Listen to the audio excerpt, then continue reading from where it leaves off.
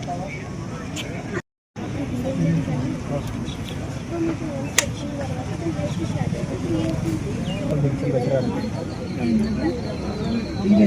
పెడుతున్నా ఎట్లా పెడతా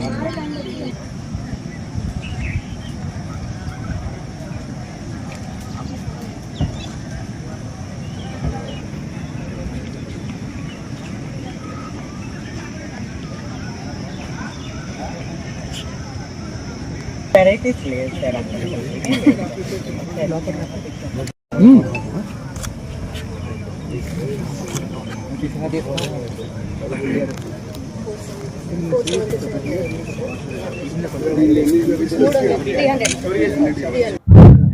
నేను ఈ జిల్లాకు సంబంధించిన వాడిని. ఇక్కడ పుట్టి పెరిగాను, ఇక్కడే చదువుకున్నాను.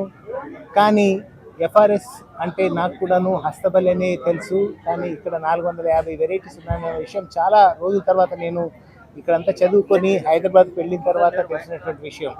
సో అదే చెప్పింది ఇంతకుముందు నేను అన్నాను. ఎందుకంటే సంగారెడ్డి జిల్లా ఆంజనేయ స్వామి లాంటి వాడి, దానికి ఉన్న గొప్పతనాన్ని ఎప్పుడు చెప్పుకోదు, ఎవరు కూడా పెద్దగా గుర్తించలేరు.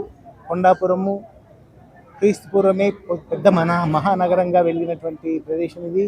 అట్లాగే మంజీరా నది కూడా కావాలని ఈ జిల్లాలోని ప్రతి గ్రామాన్ని ఇంచుమించుగా తాకడానికి కోసమే ఒక లూప్ తిరిగి మళ్ళీ వెనక్కిపోయింది. ఎక్కడ కూడా రివర్ ఇలాగా ఒకసారి ముందుకొచ్చి మళ్ళీ 100 కిలోమీటర్లు వెనక్కిపోవడం అనేది ఎక్కడ జరగదు. ఇది ఒక గొప్ప విషయం. మరి అలాగే ఈ ఎఫ్ఆర్ఎస్ కూడా 450 వెరైటీస్. నేను అగ్రికల్చర్ డిపార్ట్మెంట్లో పనిచేస్తున్నప్పుడు గమనించింది ఏంటంటే చాలామంది విదేశీ శాస్త్రవేత్తలు కూడా ఎఫ్ఆర్ఎస్కి వచ్చేవాళ్ళు. ఎందుకంటే ఇక్కడ ఒక గొప్ప కలెక్షన్ ఉంది కాబట్టి. కొన్ని వెరైటీస్ మనకు ఆంజనేయ స్వామికి తన బలం కలవేదంతా మనకు తెలియదు. ఈ వెరైటీస్లో ఉన్న ఒక్కొక్క వెరైటీ లోపల ఒక గొప్పతనం ఉంది.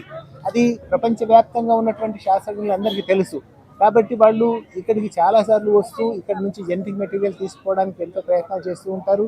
అంత గొప్ప ఫ్రూట్ రీసెర్చ్ స్టేషన్ మన సంగారెడ్డిలో ఉండడం గొప్ప విషయం. అదే విషయాన్ని నేను ఇంతకుముందు మన డాక్టర్ రాజిరెడ్డి గారు కూడా చెప్పడం జరిగింది. దీన్ని మళ్ళా జిల్లాలో విస్తృతంగా తీసుకుపోవడానికి, మరి రాష్ట్రంలో కూడా విస్తృతంగా తీసుకోవడానికి ఒక వ్యవస్థ ఏర్పాటు చేయమని నేను వారిని కోరాను.